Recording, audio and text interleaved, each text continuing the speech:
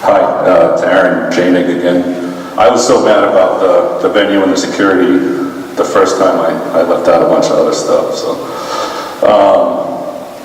specifically, I know people have been saying in public notice, and I know from your bureaucratic perspective, you've dotted your I's and crossed your T's.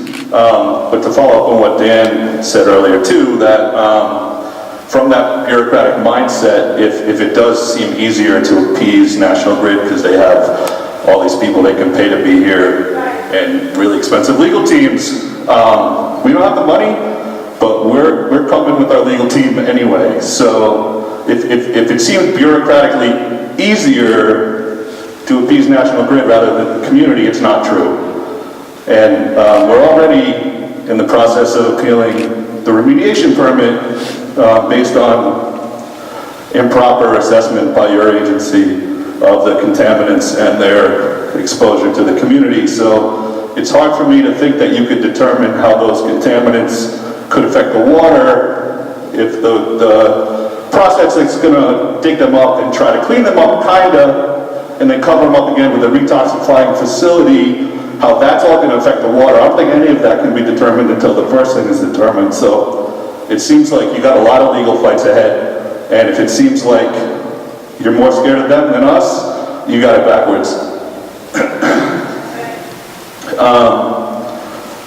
The other bureaucratic thing is that in your policies it does allow for interested parties from the public to take a site visit of any water quality cert required location, and we've been informed through DEM and National Grid, who implored the NSA to tell us that it's unsafe for folks to go on site. So if the National Security Agency